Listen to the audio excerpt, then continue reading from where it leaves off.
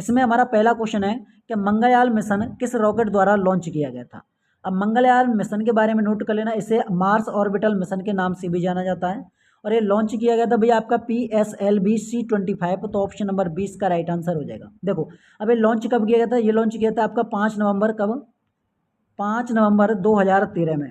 कहाँ से किया गया था, श्रीहरिकोटा से किया गया था। और उस समय इसके इसरो के वर्तमान अध्यक्ष कौन थे, तो राधाकृष्णन उस समय वर्तमान अध्यक्ष थे। और ध्यान में रखना कि प्रथम मानव मिशन 2024 आपका गगनयान है, ठीक है। अच्छा, नासा के बारे में नोट कर लेना, नासा की स्थापना 29 जुलाई 1958 में हो गई, अमेरिका की एजेंसी है। तो ऑप्शन नंबर बी इस क्वेश्चन का बिल्कुल राइट आंसर हो जाएगा। ज़्यादा डीप नहीं लेकर चलूंगा, काफ़ी स्टूडेंट बोलते हैं कि सर आप ज़्यादा डीप लेकर चलते हो, ठीक है।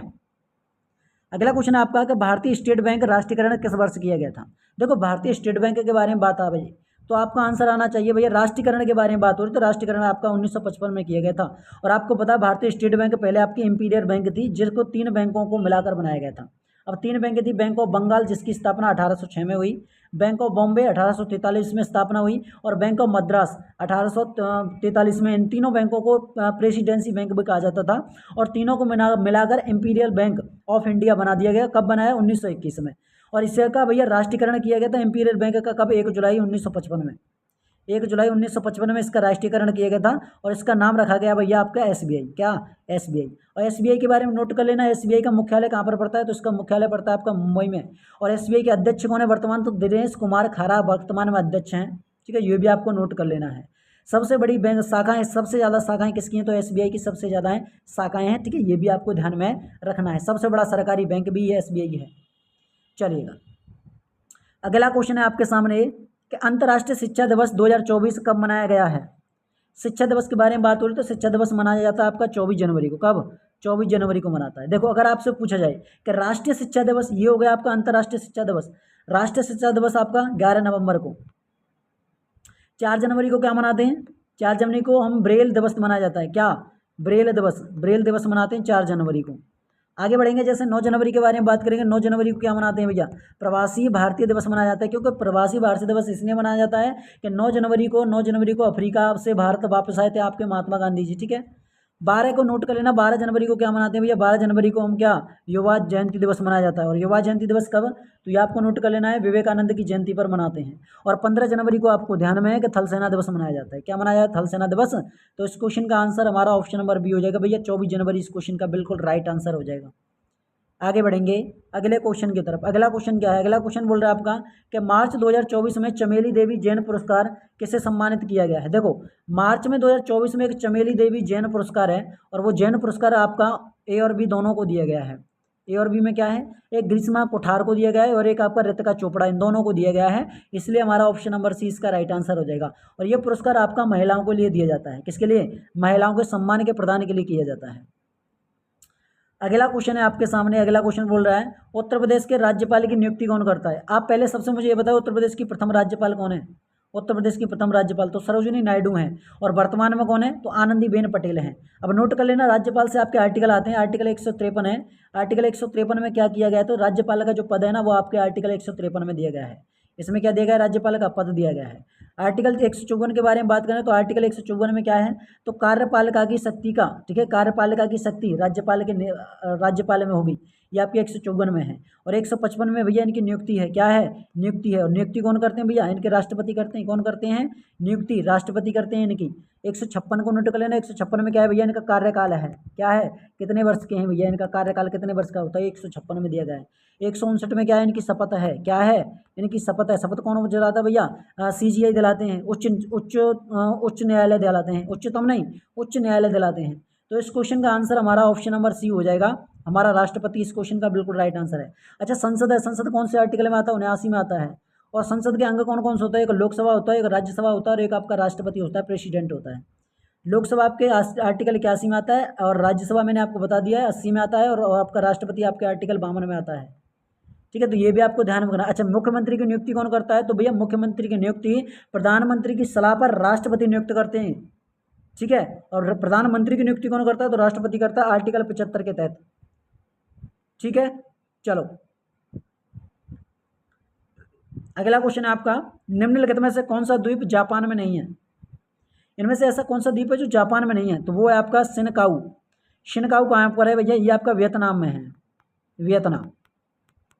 अच्छा, जापान का सबसे बड़ा द्वीप कौन सा है? तो जापान का सबसे बड़ा द्वीप है आपका होन्शु, पहले स्थान पर आता है। शिकागो के बारे में नोट कर लेना, जो आपका शिकागो का ये दूसरे स्थान पर आता है, जापान का दूसरा सबसे बड़ा द्वीप है।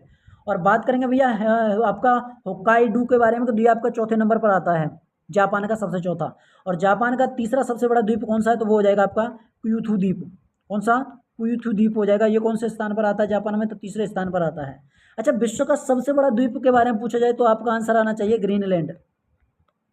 विश्व का सबसे बड़ा द्वीप कौन सा है? तो ग्रीनलैंड है। दूसरे स्थान पर कौन सा आता है भैया द्वीप? तो न्यू गिनी है। क्या है? न्यू गिनी दूसरे स्थान पर आता है। और तीसरे स्थान पर आपका बोर्नियो आता है, बोर्नियो तीसरे स्थान पर आता है। तो ऑप्शन नंबर डी इस क्वेश्चन का राइट आंसर हो जाएगा। देखो, जो मैं फैक्ट बताता हुआ चल रहा हूँ, उन फैक्टों को आप कॉपी पे नोट करते हुए जरूर जाना, क्योंकि आगे चलकर आपके यही फैक्ट आपके लिए लाभदायक होंगे, एग्जाम में बहुत ज़्यादा पूछे जाते हैं। भारतीय संविधान में राज्य के निर्देश सिद्धांत की अवधारणा किस देश के संविधान से लिया गया? वो पूछ रहा है हमसे डीपीएसपी।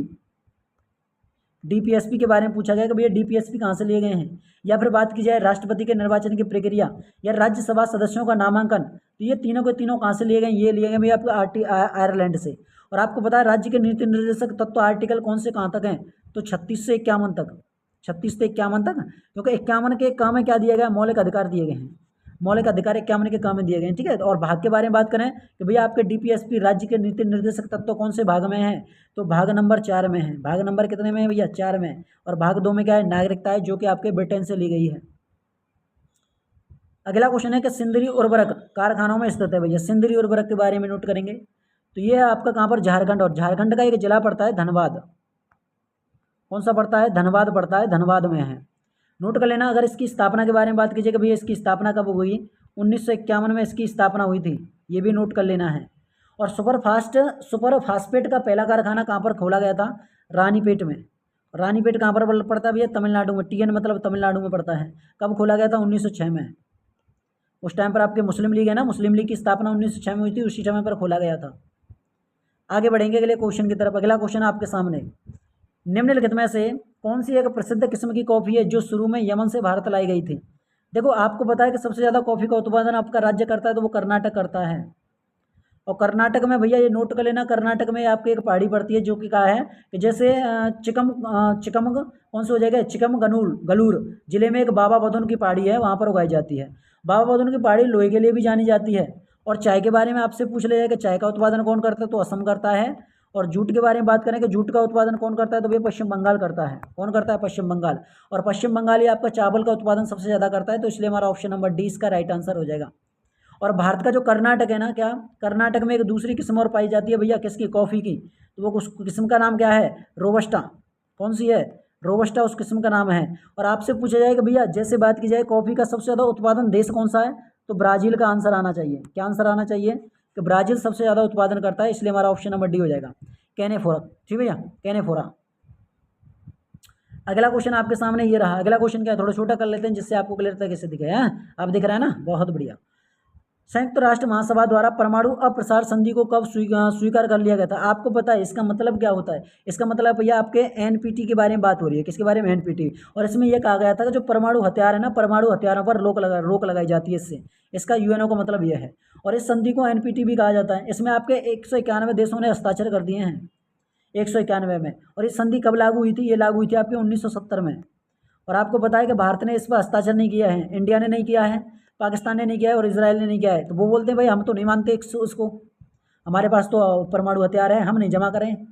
इसमें कहा गया कि 1 जनवरी क्या है, इसको नोट कर लेना।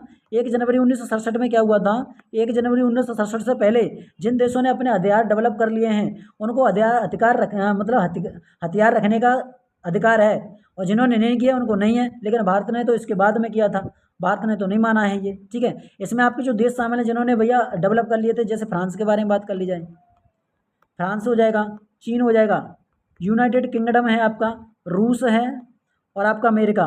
तो ये आपके क्या है भैया? परमाणु हथियार रख सकते हैं और कोई नहीं रख सकता। तो इसलिए हमारा आंसर क्या जाएगा? ऑप्शन नंबर बी, जून 1968 इस क्वेश्चन का राइट आंसर हो जाएगा। स्वीकार की गई थी जून 1968 में, हस्ताक्षर हुए थे जब लागू हुई थी 1970 में, लागू हुई थी 70 में और स्वीकार की गई थी 1968 में। ठीक है, चलो भैया अगला क्वेश्चन आपके सामने ये रहा। अगला क्वेश्चन है कि इंदिरा गांधी परमाणु केंद्र कहाँ पर स्थित है। इंदिरा गांधी परमाणु केंद्र तो ये आपका तमिलनाडु में है, और तमिलनाडु में एक जगह पड़ती है कौन सी, कल्पक्कम। और इसकी स्थापना कब होती है तो 1971 में, 1971 में इसकी स्थापना। अच्छा, आपसे पूछा जाए कि भाभा परमाणु अनुसंधान केंद्र कहाँ पर है, तो ये आपका आंसर आना चाहिए मुंबई में है। और उसकी भाभा साहब परमाणु अनुसंधान केंद्र की स्थापना 1954 में, 1954 में। तो 20 क्वेश्चन का राइट आंसर हो जाएगा। जो मैं आपको बताता हुआ चल रहा हूँ ना, उनको आप कॉपी में नोट करते हुए जरूर जाना, क्योंकि ये आपके लिए वेरी वेरी मोस्ट इंपॉर्टेंट हो जाते हैं एग्जाम के पॉइंट ऑफ व्यू से। ठीक है, चलो आगे बढ़ें अगले क्वेश्चन की तरफ। अगला क्वेश्चन बोल रहा है आपका, निम्न में से किस देश की मुद्रा बिर है। क्या है, बिर। तो ये आपकी इथोपिया का आंसर आना चाहिए, इथोपिया। ऑप्शन नंबर क्या आ जाएगा, ए इसका राइट आंसर होगा। देखो, अगर मैं अफगानिस्तान की तरफ चलता हूँ तो इसकी राजधानी क्या है भैया, काबुल है। इसकी राजधानी क्या पड़ती है, काबुल पड़ती है। और इसकी मुद्रा अफगानिस्तान की, तो मुद्रा आपकी इसकी भैया क्या, अफगानी, क्या हो जाएगी, अफगानी इसकी मुद्रा है। ऐसे ही हम आगे बढ़ेंगे, जैसे मिस्र की तरफ जाएंगे, मिस्र की राजधानी आपकी काहिरा, काहिरा। और मिस्र की मुद्रा, तो मुद्रा हो जाएगी आपकी पाउंड, पाउंड। और किर्गिस्तान के बारे में बात करें, किर्गिस्तान की राजधानी बिस्केक, बिस्केक। और इसकी मुद्रा है भैया, मुद्रा को नोट कर लेना, सोम इसकी मुद्रा है। ठीक है, तो मैं आपके लिए जो क्वेश्चन लेकर आता हूँ ना, वो आपके लिए वेरी वेरी मोस्ट इंपॉर्टेंट हो जाते हैं। इससे बाहर कोई कहीं नहीं जाने वाला। आप सिर्फ लगातार क्लास लेते रहिए जीके जीएस की। जीके जीएस के पूरे 50 में से 50 कराना हमारी जिम्मेदारी है। अफगानिस्तान की जो सीमा लगती है ना, 106 किलोमीटर लगती है। किससे, भारत से। कितनी लगती है, सबसे कम सीमा इसी की लगती है। और सबसे ज़्यादा आपकी बांग्लादेश की लगती है। बांग्लादेश की कितनी लगती है, तो भैया 4096.7 किलोमीटर, 7 किलोमीटर लगती है। ठीक है, तो ये भी आपको नोट कर लेना है। चलो भाई आगे बढ़ेंगे अगले क्वेश्चन की तरफ। अगला क्वेश्चन है आपका कि गांधी इरविन समझौता भारत के निम्नलिखित में से किस आंदोलन से संबंधित था भाई। तो ये था आपका सविनय अवज्ञा आंदोलन। और सविनय अवज्ञा आंदोलन हुआ था आपका 5 मार्च 1971 में दिल्ली में। इसको दिल्ली पैक्ट भी कहा जाता है। अगर बात की जाए रॉलेट सत्याग्रह, ये कब हुआ था, 1919 में, जब आपका जलियांवाला हत्याकांड हुआ था अमृतसर में, जिसमें आपके 379 लोग मारे गए थे। जनरल डायर द्वारा अंधाधुंध गोलियां चलवा दी गई थी। बैसाखी मेला लगा हुआ था वहाँ पर। ठीक है, अच्छा आगे बढ़ेंगे। जैसे बात की जाए सविनय अवज्ञा आंदोलन के बारे में, कि 12 मार्च 1931 में क्या हुआ था, इन्होंने 78 अनुयायियों के साथ में दांडी यात्रा, अहमदाबाद से दांडी यात्रा शुरू की थी। ठीक है, अच्छा इसके बाद हम बात करें भगत सिंह, राजगुरु और सुखदेव को फांसी दी गई थी 23 मार्च 1931 में, लाहौर में दी गई थी, क्योंकि एक दिन पहले इनको फांसी दी जा चुकी थी। महात्मा गांधी चाहते तो इसको रोकवा सकते थे। अच्छा, असहयोग आंदोलन को नोट कर लेना। असहयोग आंदोलन आपका 1920 में, कब, 1920 में शुरू हुआ असहयोग आंदोलन। और भारत है या भारत नहीं है, भारत छोड़ो आंदोलन 1942 में। इसमें भारत छोड़ो आंदोलन 1942 में जितने भी आपके बड़े बड़े नेता थे ना, उन सबको क्या है, जेल में डलवा दिया था। कांग्रेस के नेता थे, Mahatma Gandhi, Pandit Jawaharlal Nehru, doctor Rajendra Prasad, C V Raman, आपके सॉरी जो आपके सी सावरकर जी हैं, वो सभी को सब, सी सावरकर को तो उस जेल में डाला था, आपका पानी की जेल है ना, वो आपके पोर्ट ब्लेयर में, वहाँ पर। ठीक है, अच्छा आप, और इसी में आपका क्या है, दूसरा गोलमेज सम्मेलन हुआ था, गांधी जी ने इनमें भाग लिया था दूसरे गोलमेज सम्मेलन में। ठीक है, इसी में आपका भारत करो या मरो का नारा भी दिया था 1942 में महात्मा गांधी जी द्वारा। ठीक है, तो ये आपके पॉइंट ऑफ व्यू हैं। ऑप्शन नंबर 20 का राइट आंसर। देखो मैं क्या करता हूँ, क्वेश्चन का आंसर देता हूँ और एक्सप्लेन ज़्यादा कराता हूँ। एक्सप्लेनों को आप कॉपी में नोट करते हुए जरूर जाना, जो मैं आपको मुंह से बोल रहा हूँ। अगला क्वेश्चन है कि किस समिति के कार्य के पूरे देश में पंचायती राज संस्थाओं की शुरुआत के मंच तैयार किया था। तो वो तैयार किया था आपके बलवंत राय मेहता समिति। और आपको पता होना चाहिए कि बलवंत राय मेहता समिति आई थी आपकी 1957 में। कब आई थी, 1957 में आई थी। और इसने पंचायती राज की स्थापना की थी 3 स्तर पर। कौन से स्तर था, जिला, ब्लॉक और ग्राम। जिला आपकी जिला परिषद पर थी, ब्लॉक आपकी पंचायत समिति पर थी, ग्राम आपकी ग्राम पंचायत पर थी। और इसको नोट कर लेना, अगर आपसे पूछा जाए कि पंचायती राज व्यवस्था कहाँ से शुरू की गई थी, तो राजस्थान के नागौर जिले से शुरू की गई थी 2 अक्टूबर 1959 में। कब, 2 अक्टूबर 1959 में पंडित जवाहरलाल नेहरू के द्वारा।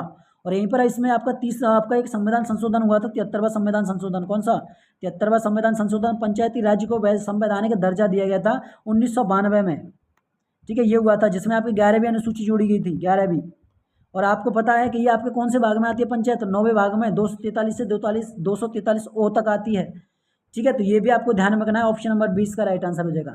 इसमें आपकी एक अशोक राय मेहता समिति भी थी, वो आपकी दो स्तरीय आपकी क्या थी, पंचायत थी। अगला क्वेश्चन है आपका कि उपराष्ट्रपति चुनाव द्वारा जाता है और निर्वाचन मंडल का सदस्य यही होता है। तो आपको पता है जब उपराष्ट्रपति के बारे में बात आ जाए तो राज्यसभा और लोकसभा इसका आंसर आना चाहिए। क्योंकि अगर मैं इधर चलता हूँ कि लोकसभा है, राज्यसभा है और आपका विधानसभा है। तो ये तीनों के तीनों किस में भाग लेते हैं, तो राष्ट्रपति के चुनाव में, निर्वाचन में भाग लेते हैं। तो इसलिए हमारा ऑप्शन नंबर सी हो जाएगा। और आपको पता है कि भैया क्या है कि राज्य का सभापति कौन होता है, तो उपराष्ट्रपति होता है। आपको पता है कि आर्टिकल 63 में क्या दिया गया है, नोट करना उपराष्ट्रपति से संबंधित। आर्टिकल 63 में क्या भारत का एक उपराष्ट्रपति होगा। 64 में क्या दिया गया है आर्टिकल में, तो आर्टिकल 64 में दिया गया है कि उपराष्ट्रपति राज्यसभा का सभापति होगा। 65 के बारे में बात करें तो 65 में इसका कार्य है। 66 में इसका निर्वाचन है। 66 में क्या है, निर्वाचन है। 67 के बारे में बात करेंगे तो इसका कार्यकाल आपके 67 में दिया गया है। और 68 में इसका समय है, 68 में इसका समय अवधि है। 59 के बारे में बात करें तो इनकी क्या है भैया, शपथ है। क्या है, शपथ है इनकी। ठीक है, तो ये आपको ध्यान में रहेगा, जितना मैं आपको बताता हुआ चल रहा हूँ ये आपके लिए मोस्ट इंपोर्टेंट है। ऑप्शन नंबर सी इसका राइट आंसर हो जाएगा। राज्यसभा को नोट कर लेना, राज्यसभा आपके कौन से आर्टिकल में आता है, 80 में आता है। और राज्यसभा का गठन आपके 1952 में होता है। कब होता है, 1952 में होता है, क्योंकि राज्यसभा और लोकसभा इन दोनों का गठन आपका 1952 में होता है। अगला क्वेश्चन आपके सामने ये रहा। अगला क्वेश्चन है कि भारत के संविधान की में संघ सूची, राज्य सूची और संवर्ती सूची का प्रावधान वर्णित है। तो वो आपकी 7वीं अनुसूची हो जाएगी। और आपको बताया कि आपकी अनुसूचियों के बारे में अगर बात कर ली जाए तो ये आपके 3 में विभाजित है। एक आपकी संघ में कितनी विषय हैं, 100 विषय हैं। संघ में 100 विषय हैं, जिसमें आपके आता है रक्षा, व्यापार, रेलवे, बैंक, तो ये आता है। और राज्य में कितनी विषय हैं, तो 61 हैं।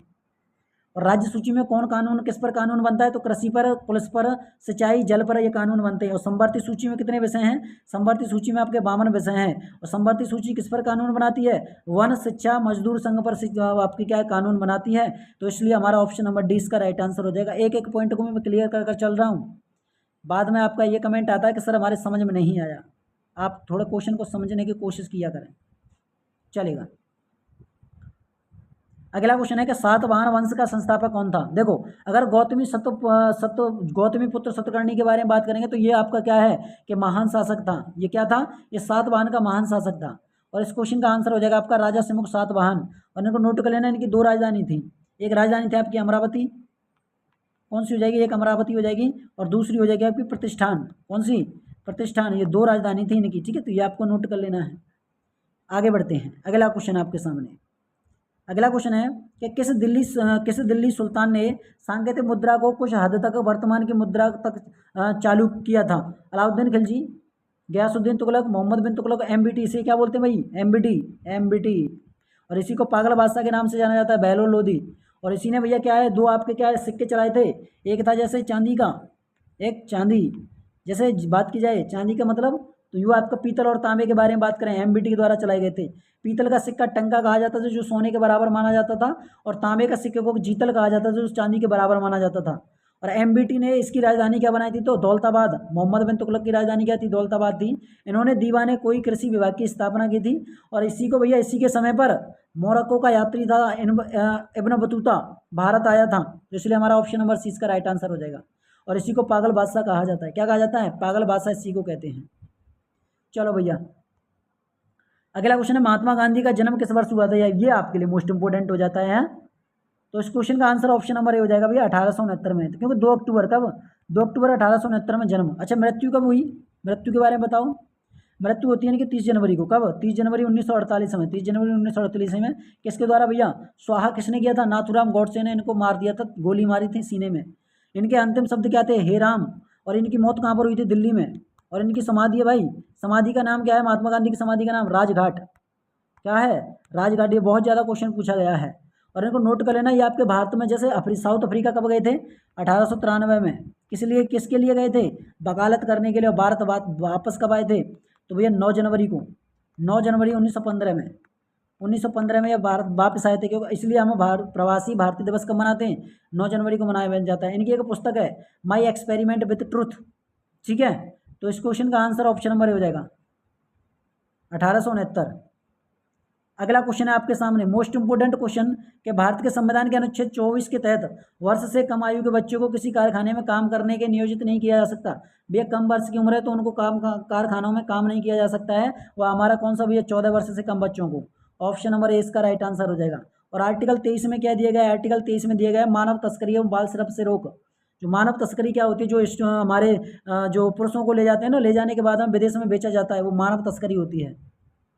तो ऑप्शन नंबर ए इसका राइट आंसर हो जाएगा। देखो कोई भी डाउट आपका क्लियर चल रहा है, क्लियर हो रहा है, तो आप भाई कमेंट बॉक्स में बता सकते हो सर हमारा ये डाउट है, हमें इसे क्लियर कर दीजिए। कि प्रॉपर तरीके से आपकी जो कमेंट है, कमेंट की सराहना की जाती है, देखा जाता है कि किस तरह का भाई हमारे भाई बहन ने कमेंट किया है, उस कमेंट का बहुत अच्छी तरह से प्यार दुलार दिया जाता है। मतलब एक छोटा सा बच्चा होता है ना, छोटे से बच्चे को प्यार किया जाता है, इसी तरह आपकी कमेंट से प्यार किया जाता है। ठीक है, अगर आपको इस पीडीएफ का मतलब इस वीडियो का आपको पीडीएफ चाहिए तो पीडीएफ आपको कहाँ पर मिलेगा, टेलीग्राम चैनल पर मिलेगा। टेलीग्राम चैनल की लिंक वीडियो के डिस्क्रिप्शन में लगी हुई है, वहाँ से आप ज्वाइन कर सकते हो। भारत के संविधान का निम्नलिखित में से कौन सा भाग नागरिकता से संबंधित? देखो मैंने आपको भी बताया था, नागरिकता आपके भाग 4 में दी गई है, और भाग 2 में, और भाग 4 में क्या है, डीपीएसपी दिए गए भाई, डीपीएसपी दिए गए हैं। और नागरिकता आपकी कैसी है, भारत में एकल नागरिकता है। कैसी है, एकल नागरिकता है। और नोट कर लेना भाग, इसमें आपकी नागरिकता 5 से लेकर 11 तक दी गई है, 5 से 11 तक। और यहाँ पर नोट कर लेना, जैसे नागरिकता कहाँ से ली गई भाई, ब्रिटेन से ली गई, ये आपको ध्यान में रखना है। अच्छा, डीपीएसपी आयरलैंड से लिए गए हैं। या फिर बात की जाए कि राष्ट्रपति पर महाभियोग, ये भी आपका, और आपके राज्यसभा में सदस्यों का नामांकन, ये भी आपके कहाँ से भैया, आयरलैंड से लिया गया है। अच्छा, भाग हमारा 8 है, ये हमारा किससे संबंधित है, संघ राज्य क्षेत्र का, 239 से 242 तक जाता है। और भाग 12 के बारे में, तो भाग 12 में आपका वित्त संपत्ति संविदा से संबंधित है, जिसमें आपकी संपत्ति को अधिकार को हटाकर इसमें रख दिया गया है। 264 से 300 तक है ये आपका। ठीक है, भाग 6 आपका राज्य से संबंधित है, जो कि आपका अनुच्छेद 152 से 237 तक है। तो इसलिए हमारा ऑप्शन नंबर 20 का राइट आंसर हो जाएगा। सब आपके ऑप्शन है ना, सबको मैं क्लियर कराकर चल रहा हूँ, जिससे आपको कोई डाउट ना रहे। ठीक है, तो यह आपके लिए मोस्ट इम्पोर्टेंट हो जाता है, क्योंकि बहुत चैनल हैं और फिर यूट्यूबर हैं जो आपके एक्सप्लेन करते हैं सभी ऑप्शनों को। अगला क्वेश्चन है आपका कि भारत और पाकिस्तान के बीच किस वर्ष शिमला समझौते पर हस्ताक्षर किए थे? ये हो, ये तो बहुत अच्छा क्वेश्चन है। देखो अगर भारत की तरफ बात करेंगे तो इसमें आपके जो आपके पाकिस्तान है ना, पाकिस्तान के जो सैनिक हैं भारत के सामने घुटने टेक दिए थे। और भारत से अच्छा हस्ताक्षर कितने किए थे? तो भारत के प्राइम मिनिस्टर थे उस टाइम पर कौन, इंदिरा गांधी थी। और पाकिस्तान थे राष्ट्रपति थे आपके पाकिस्तान के जुल्फ़िकार अली भुट्टो। तो इस क्वेश्चन का आंसर हो जाएगा हमारा ऑप्शन नंबर बी, 2 जुलाई 1972, 2 जुलाई 1972 को। ठीक है, तो ये डेट आपको ध्यान में रखना है। चलो अगला क्वेश्चन आपके सामने ये, अगला क्वेश्चन क्या है कि भाई निम्नलिखित में से, क्या पूछा गया, निम्नलिखित में से कौन सा कथन सही है? 1975 में आपातकाल के समय गुलजारी लाल नंदा भारत के प्रधानमंत्री थे, ना बजीना, ये तो गलत हो जाएगा। 1975 में आपातकाल के समय इंदिरा गांधी भारत के प्रधानमंत्री थे, हाँ बिल्कुल ये सही है, क्योंकि आपातकाल के समय इंदिरा गांधी नहीं तो भैया क्या है, ये आपातकाल लगाया था। और आपातकाल को नोट कर लेना भैया, जो आपातकाल है, आपातकाल कौन से आर्टिकल में आता है, राष्ट्रीय आपातकाल 352 में, किसमें, 352 में आता है। ठीक है, अच्छा राष्ट्रीय आपातकाल कितनी बार लगा है, 3 बार लगा है भाई। कब कब लगा, देखो नोट कर लेना, 1962 में लगा, 1965 में लगा, और आपका 1975 में लगा। 1975 में किसके लिए था, तो आंतरिक गड़बड़ी के लिए लगा था, क्योंकि 21 माह तक ये लगा रहा था। किसने लगाया था, तो ये इंदिरा गांधी ने लगाया था। और इस टाइम पर 1975 में भारत के राष्ट्रपति कौन थे, तो फरुखुद्दीन अली अहमद थे। कौन थे, फरुखुद्दीन अली अहमद। और संविधान के भाग किसमें है भैया, आपातकाल 18 में है। कहाँ से लिया गया है, जर्मनी से लिया गया है। वित्तीय आपातकाल अमेरिका से लिया गया है। ठीक है, तो ये भी आपको पॉइंट ऑफ व्यू है, ऑप्शन नंबर 20 का राइट आंसर हो जाएगा कि 1975 में आपातकाल के समय इंदिरा गांधी भारत की प्रधानमंत्री थी। नेक्स्ट क्वेश्चन आपके सामने ये रहा। अगला क्वेश्चन क्या है कि रामसर संधि भारत ने किस हस्ताक्षर किए थे, रामसर संधि पर भारत ने, तो ये किए थे भैया 1 फरवरी 1982 में। कब, 1 फरवरी 1982 में किए थे, ऑप्शन नंबर सी। अच्छा, आर्द्रभूमि समझौता दिवस कब मनाया है, 2 फरवरी 1971 में भारत जोड़ो, और 1 फरवरी 1982 में। ठीक है, तो ये आपको नोट कर लेना है।